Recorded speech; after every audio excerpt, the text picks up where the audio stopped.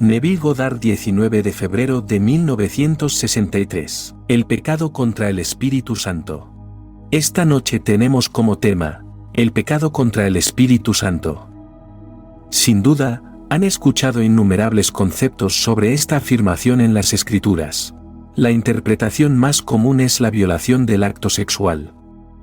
Pero esa no es mi visión, no como me ha sido revelada. Como les dije, la Biblia no es algo que se pueda abrir y leer como una novela. Es un edificio de 3 niveles. Como se les dice, una cuerda de 3 dobleces no se rompe fácilmente. Personalmente, no puedo concebir que violen y blasfemen contra el Espíritu Santo. Les daré mi razón después. Así que, si puedo consolarlos, permítanme decirles, no se preocupen por si simplemente pecarán. Sí, todos pecamos a cada instante. Pero todos los pecados son perdonados, todas las blasfemias son perdonadas. La única blasfemia que no se puede perdonar es la blasfemia contra el Espíritu Santo, como se relata en Mateo 12, Marcos 3 y Lucas 2. Encuentro en Lucas un desarrollo más avanzado del tema que en Mateo y Marcos. Marcos es la primera revelación sobre este tema, pero cada afirmación va seguida del tema más extraño e irrelevante de los 3 libros. Lo que sigue en Lucas me dio la pista. Afirmó que la blasfemia contra el Espíritu Santo no se perdona. Lucas 12, 8. Creerás estar leyendo un capítulo completamente diferente sobre un tema distinto. Entonces llega directamente a esta afirmación, y cuando os lleven ante las sinagogas, ante los magistrados y las autoridades, no os preocupéis por cómo o qué vais a decir, porque el Espíritu Santo os enseñará en esa misma hora lo que debéis decir. Lucas 11 a 12. Esa pequeña palabra, debéis, revela mucho. Implica que no es necesario decir lo que se debe decir. El Espíritu Santo les enseñará en esa misma hora lo que deben decir, y ese es el quid de la cuestión. El hombre es libre, por ser libre, no necesita decir lo que debe decir.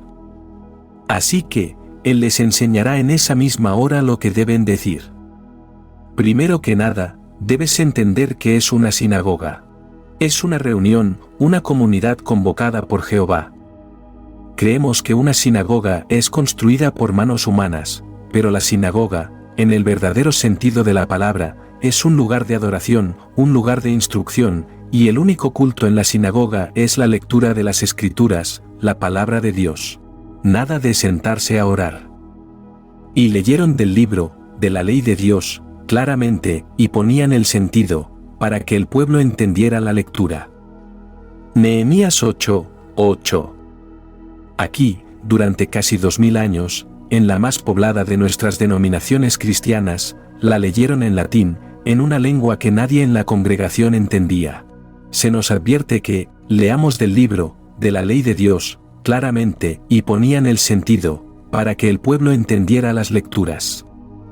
Si estuviera en Francia y solo hablara inglés, no podría ir a ninguna iglesia, y escuchar a nadie que me leyera en francés. Tendrías que leerme en inglés, y con entendimiento, para que yo pueda entender. Aquí está la palabra de Dios.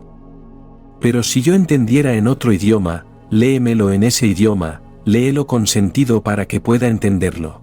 Esta es la historia en todo el mundo. Tomamos un pequeño pasaje, y no lo entendemos y criticamos a los demás. No tiene nada que ver con lo que sucede en el mundo exterior. Se trata de ti. Antes de profundizar en esta afirmación, permítanme mostrarles la diferencia entre Jesús y el Cristo, pues todo gira en torno a Cristo. La conexión entre Jesús y el Cristo no es la de una figura histórica ni una entidad metafísica, sino la de una historia visible condensada en unos pocos años, y la historia que se desarrolla continuamente a lo largo de los siglos, una historia conocida como la historia de la salvación. Cristo es la historia divina entretejida en cada hijo nacido de mujer. La vasta historia de Dios está entretejida en ti, en mí y en cada ser, y cuando madura en ti en un breve lapso de tiempo, ese condensado periodo de tan solo unos años, todo se despliega. Pero permítanme decirles, solo unos pocos lo creerán. Toda la historia divina de Dios, entretejida en el hombre como una semilla, madura a través de los siglos, todo el dolor y la violencia, todo en el mundo. Y de repente, lo que escuchaste sobre otro comienza a despertar en ti. Surgirá pétalo a pétalo. Todo florece en ti y tú eres él. Esa es la historia. Ahora bien, ¿por qué no creo que puedas pecar contra el Espíritu Santo? Te diré, y cuando te lleven ante las sinagogas, ante los magistrados y las autoridades, no te preocupes por cómo o qué vas a responder ni por qué vas a decir, porque el Espíritu Santo te enseñará en esa misma hora lo que debes decir. Alguien me hizo una pregunta. ¿Quién me hizo una pregunta? Alguna pregunta debe ser hecha para que yo la responda. ¿Qué debo decir? El Espíritu Santo me enseñará en esa misma hora lo que debo decir. Así que cuando soy llevado a esta maravillosa reunión y presentado ante el Santo de los Santos, Dios mismo, se me dice sobrenaturalmente, sí, soy impulsado como si estuviera en un escenario y el apuntador me estuviera diciendo lo que debo decir. Y no puedo, por experiencia propia, creer que alguien en este mundo pueda fallar. Es automático. Cuando estés en su presencia y Él es amor infinito, te preguntará, ¿qué es lo más grande del mundo? Y tú, sin pensarlo dos veces ni intentar racionalizarlo, dirás automáticamente, como un eco, fe, esperanza y amor, estos tres permanecen, pero el mayor de ellos es el amor. ¿Y quién hizo la pregunta y te inspiró sobrenaturalmente que decir, te abrazará, y serás uno con Dios por siempre jamás? Entonces serás enviado a contar esa historia a todo el vasto mundo que escuchará. Algunos la escucharán y la aceptarán, otros la rechazarán, y la mayoría ni siquiera escuchará. No importa. El árbol está creciendo en nosotros, y cuando madura en un intervalo de tiempo muy corto, solo unos pocos años, todo se despliega. No se necesitan 50 años, tengo 58, pero en solo cuestión de años comienza a suceder, y uno tras otro todo lo que se dice de él se despliega en ti, y tú eres él. Así pues, Cristo es la historia divina, y Jesús, el primero en resucitar, es aquel en quien se desarrolla esa historia divina. En un breve lapso de tiempo, tú eres Él. Todos se convierten en Jesús, porque en cada uno, en un instante, sucederá. Cuando te quites esta vestidura de carne, sabrás exactamente quién eres.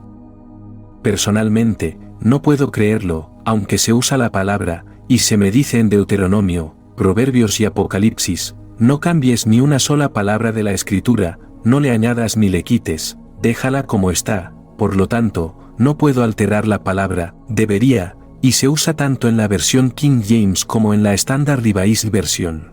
Él te dirá lo que debes decir, dándole al hombre la libertad de negarlo y de no decir que lo más grande del mundo es el amor. Esa es la elección del hombre, pero no creo que el hombre jamás deje de decirlo. En mi caso, fue como una respuesta, un eco. ¿Cómo se podría cambiar un eco? Ni aunque lo gritaras a gritos.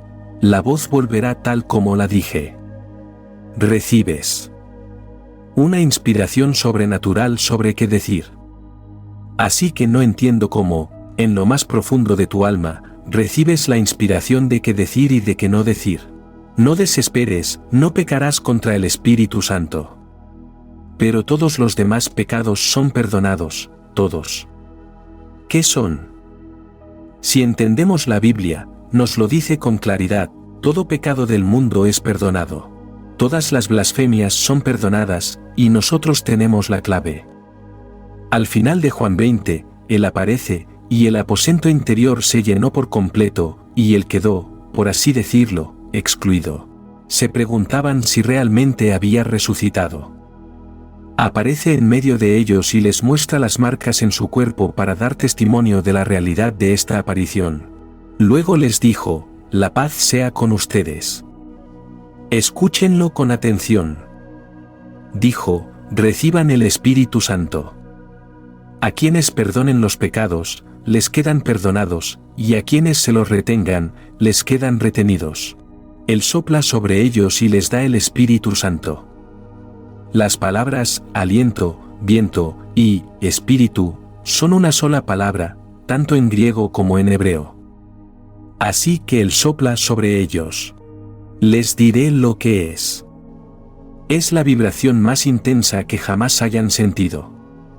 No hay nada comparable a eso, ese aliento que les transfiere el don que Dios prometió, el don del Espíritu Santo. Los despierta.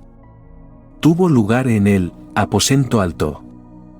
Si lees bien, estaban reunidos en el aposento alto. De repente, Él aparece, sopla sobre ellos y les da el poder de retener o liberar. Te digo, puedes ejercitar esta facultad ahora mismo. Puedes tomar a alguien de tu mundo y representártelo como te gustaría verlo. En la medida en que te convenzas de que es un ser así, se convierte en él. De hecho, lo estás liberando, y no lo estás esclavizando para siempre al ver en tu mente al ser limitado. Ese es tu privilegio. Estos son solo estados de conciencia, y cada estado que una persona deja, crece, como lo explica Mateo. Si un árbol es bueno, da buenos frutos, si es malo, da malos frutos, y nos invita a tomar el buen árbol. Lucas fue más allá de Mateo al afirmar que pecar contra el Espíritu Santo es pecado. Si pecas contra el Espíritu Santo no hay perdón, pero contra cualquier otra cosa sí lo hay. Todos en este mundo dan fruto, pobreza, riqueza, salud, ser conocido, ser desconocido, todo. Y tú, que conoces esta ley, puedes sacar a cualquiera del estado en que lo encuentras y ponerlo en el estado en que deseas verlo. No necesitas su consentimiento ni su conocimiento. No le digas lo que haces. Confía en este poder en tu propio ser. Convéncete de que este acto imaginario es verdadero y real, y en la medida en que te convenzas de que es real, se vuelve real. Y por eso les digo, si perdonan a alguien, le es perdonado, si le retienen el pecado, le es retenido. No lo culpen si no encuentra el buen trabajo que creen que debería encontrar. No le den una discusión. ¿Acaso necesita un buen trabajo y le dicen que se vaya y se esfuerce más? No están aplicando este principio. Solo después de convencerse de que tiene trabajo, le perdonan su pecado. Pecar significa errar el blanco. Si se equivoca y ustedes lo saben, pueden ayudarlo. Escuchen las palabras: si yo no hubiera venido ni les hubiera hablado, no conocerían el pecado, pero ahora no tienen excusa para pecar. Él viene y le muestra al hombre que la causalidad es mental, que no es física, y ahora el hombre no tiene excusa para pecar, errar el blanco. Si el hombre tiene mente, imaginación, puede ejercitarla. Oyeron de antiguo que no se debe cometer adulterio, pero yo les digo que si miran a una mujer para codiciarla, ya lo han cometido en su corazón. Lo eleva desde el estado físico. Responsabiliza a cada persona por no alcanzar la meta. Si no consigo el trabajo, no me condena. Solo me pide que aplique la ley tal como está revelada. Leyeron del libro la ley de Dios con claridad, y dieron el sentido para que la gente entendiera la lectura. Lee del libro, la palabra revelada de Dios, que la causalidad es mental, que los actos imaginarios crean hechos.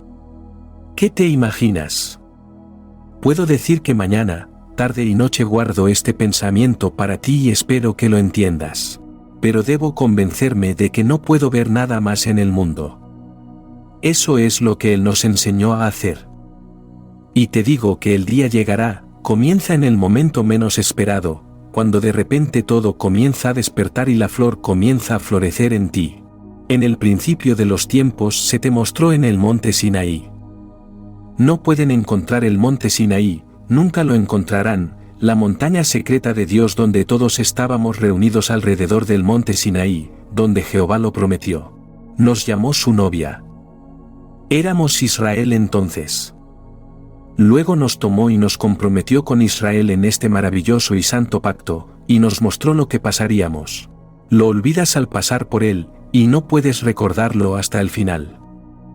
Al final, la memoria regresa, y estas maravillosas palabras del gran poema de Edward Thomas: todo me fue anticipado, ¿qué podía prever? Cuando supe cómo sonaría el viento después de que estas cosas ocurrieran, lo haces. De repente, todo comienza a desplegarse y oyes el viento, ese terrible huracán de poder. Entonces todo comienza a revelarse, y experimentarás todo lo que se dice de Jesucristo en las Escrituras, desde su nacimiento hasta su fin, todo. No lo veas como algo externo. Ve a Jesús, como te dije antes, como historia, condensada en unos pocos años, solo unos pocos. Y ve a Cristo como historia, desplegándose continuamente a través de las eras, y tú, como individuo, igualando esta historia divina ya desplegada. Pasaste por todos los fuegos del mundo y de repente llegaste al punto de florecer, y en un instante floreciste, y todo lo previsto y predicho, de repente despiertas, y lo eres. Todo en el mundo está perdonado, no me importa lo que hayas hecho o planees hacer.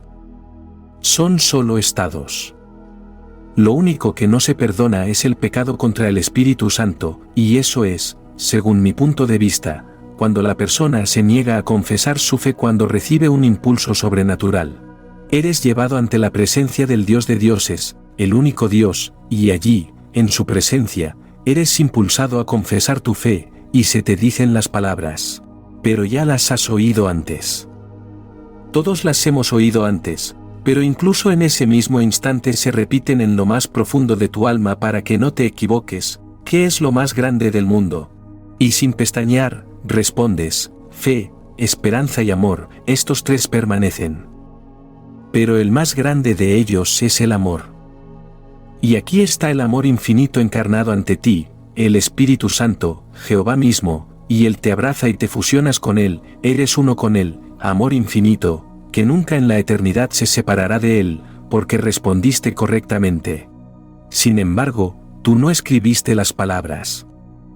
Así que no entiendo cómo alguien puede pecar contra el Espíritu Santo. No puedo cambiar la escritura, y hasta donde alcanzamos la vista, desde los manuscritos más antiguos, la palabra debería estar presente. Pero existe la posibilidad de que alguien, tras recibir una inspiración sobrenatural sobre qué decir, pueda cambiar la escritura, y ese es el pecado contra el Espíritu Santo. Pero no creo que lo hagas. No concibo que alguien lo haga. No concibo que Dios falle. En el intervalo, contra todas estas cosas que pecamos, caemos en estados. Un hombre cae en el estado de autocompasión. Conociendo la ley, en lugar de discutir con él, simplemente lo sacamos de ese estado. Puede que vuelva a caer 24 horas después. Un amigo me llamó hoy y mi esposa contestó el teléfono. Él me preguntó, ¿qué noticias tienes de Vicky? Ella dijo, estamos muy contentos con su informe. Él respondió, ¿contento? Ojalá pudiera decir que estoy contento con lo que me concierne. Lleva años asistiendo a mis conferencias. Estuvo aquí la semana pasada. Después de años de saturación, no puede concebir sentirse feliz. Y le dices mañana, tarde y noche que estos son estados, que si te pones en un estado de ser deseado, serás deseado, si te pones en un estado de ser no deseado, entonces no serás deseado. Perdurará para siempre. No puede creer en esta realidad. Lo he sacado a relucir innumerables veces, y sin embargo, nunca debo flaquear. ¿Cuántas veces debo perdonar? 70 veces 7. Aunque me llame 1000 veces, aún así tendré que sacarlo de aquí y repasarlo todo de nuevo. Tú y yo, que conocemos este principio, debemos perdonar 70 veces 7 y no ignorarlo, porque Él no lo hará. Si quiere apoyarse, déjalo. Un día, cuando menos lo espere, de repente, toda la historia de Jesucristo se revelará en Él, y Él es Jesucristo. Cristo es la historia divina, la historia de la salvación. Y Jesús es la historia condensada en unos pocos años que la corresponden. De repente, toda la inmensidad se ha extendido y desplegado continuamente a lo largo de todas las épocas, y ahora se condensa en un breve intervalo de tiempo, la vida de un solo hombre. ¿Qué te suceda ahora? ¿Cuándo sucederá? Solo Dios lo sabe. Yo no lo sé, pero Él lo sabe, y cuando comience a suceder, no podrás detenerlo. Todo formará la flor que es Cristo. cuando salgas de este mundo, lo habrás hecho por última vez y entonces estarás en la eternidad, pero no serás mejor que quienes no lo han hecho. Cristo es la primicia de los que durmieron, el primero que resucitó de entre los muertos, pero Él es el comienzo de la profecía. No somos mejores que ningún ser en este mundo por nuestro despertar. Todos seremos uno, y ese uno es Dios. Así que, el pecado contra el Espíritu Santo, ¿puedo pedirles que no se preocupen demasiado? No concibo que respondan a incorrectamente cuando se les indique sobrenaturalmente qué decir. Dios ha tomado su lugar en el consejo divino, en medio de los dioses, Él juzga. Son llevados ante su presencia y presentados ante el anciano de días, el Espíritu Santo, y Él es el hombre, la encarnación del amor. Y Él les hará una pregunta muy sencilla. Él es la regla, el autor, pero no se preocupen por cómo o qué responderán o qué dirán, porque el Espíritu Santo les enseñará en ese mismo momento lo que deben decir. Y les digo, lo que deben decir, lo dirán. Lo dirán automáticamente y entonces Él los abrazará, y Él es amor infinito, gozo inimaginable. Nadie podría concebir el gozo cuando Jehová los abraza. Y luego eres enviado a hacer lo que estarás haciendo, predicar la palabra de Dios, simplemente hablar, no puedes añadirle ni quitarle nada. Nehemías 8, los 4 capítulos, del 8 al 11, de Nehemías simplemente te hablan de la palabra de Dios, nada más. Que nadie te diga que el pecado contra el Espíritu Santo significa cualquier desviación física, mal uso, abuso o cualquier otra cosa. Se han escrito cientos de libros sobre ese tema, y no es así en absoluto. Están racionalizando la palabra de Dios. No se puede racionalizar. Tiene que ser revelada. Ese es un misterio que solo se conoce por revelación. He leído estos libros. Los tenía en casa. Hoy, tras haber tenido la experiencia, sé que todo es perdonado, pero en el verdadero sentido de la palabra, sin importar lo que el hombre haya hecho. El hombre ha caído en estados. Si cae una y otra vez, lo sacas. Y lo haces por ti mismo, aunque tu razón y tus sentidos lo nieguen, no importa. Permanece fiel y tú, la única realidad viviente del mundo, aceptarás el estado, y el estado dará fruto. En Mateo 12, 33 se nos dice, o haced el árbol bueno, y su fruto bueno, o haced el árbol malo, y su fruto malo, porque por el fruto se conoce el árbol. Quienes hacen cosas que no te gustan dan malos frutos. Pero Él no es el árbol, es el alma inmortal que cae en estos estados, uno tras otro. Como dijo Blake, no considero que ni los justos ni los malvados estén en un estado supremo, sino que son cada uno de ellos estados del sueño en el que el alma puede caer en sus sueños mortales del bien y del mal cuando abandona el paraíso siguiendo a la serpiente. El hombre cae en estos estados inconscientemente. Tomas a alguien, y sin su conocimiento ni consentimiento, lo llevas a un estado de equilibrio y te convences de que es cierto. Aunque no tienes pruebas que lo confirmen, te convences de que es así, y de repente oirás y Él confirmará el fruto que está oyendo. Pero si no lo haces y crees todo lo que oyes y ves en el transcurso de un día, estás llevando a innumerables personas a todo tipo de estados confusos. Yo digo, no te preocupes, pero practica liberar a las personas del pecado perdonable. Podrías perdonar a todo ser de este mundo antes de que Él sople sobre ti y te conceda el don del Espíritu Santo. Aún puedes perdonar. Todos pueden hacerlo. Mis amigos en San Francisco y aquí, docenas de ellos cuyas historias he contado, que perdonaron, que tomaron ciertas cosas que querían en este mundo y negaron que no las tenían, asumiendo que sí las tenían. Todos estos son estados, pero tú los obtuviste, tomaste a otros, los cambiaste y los hiciste conforme a tu sueño, y ellos se conformaron. Recordemos lo que hicimos y sigamos haciéndolo, sabiendo que en cualquier momento, cuando menos lo esperemos, como un ladrón en la noche, Él viene sobre nosotros, sopla sobre nosotros, y nuestra cabeza se convierte en un centro vibrante y despertamos de este sueño. Es Cristo soplando sobre sí mismo en nosotros, porque Cristo, siendo historia divina, simplemente despierta y la revela en nosotros, y de repente tomamos conciencia, despertamos y somos Él. Entonces revisamos las Escrituras y leemos la historia de Mateo y Lucas, y experimentamos todo lo que se dice de su nacimiento, incluso los 3 que estaban presentes, incluso los pañales, y entonces nos quedamos confundidos y desconcertados. Luego, unos meses después, sucede algo igual de fantástico. Y se nos dice, si el Hijo os hace libres, seréis verdaderamente libres. Se promete que el Hijo liberará al Padre. Primera de Samuel 17, 25. Si libera al Padre, debe haber un Hijo, y nos dice que está tratando de encontrarlo. Se necesita al Hijo para liberar al Padre. En Juan 8, 35, dijo, el Hijo permanece para siempre. Si el Hijo los libera, serán verdaderamente libres. Entonces ves al Hijo soplando sobre ti, tu mente vibra, y de repente, ahí viene. Te llama, Padre. ¿Sabes quién es? Él te llama, Padre, y sabes exactamente quién eres. Así que todo se reduce a un telescopio. Permítanme repetir la conexión entre Jesús y Cristo. No se trata de una figura histórica y una entidad metafísica, sino de una historia visible condensada en pocos años, una historia que se despliega continuamente para siempre, desplegada continuamente a lo largo de todas las épocas.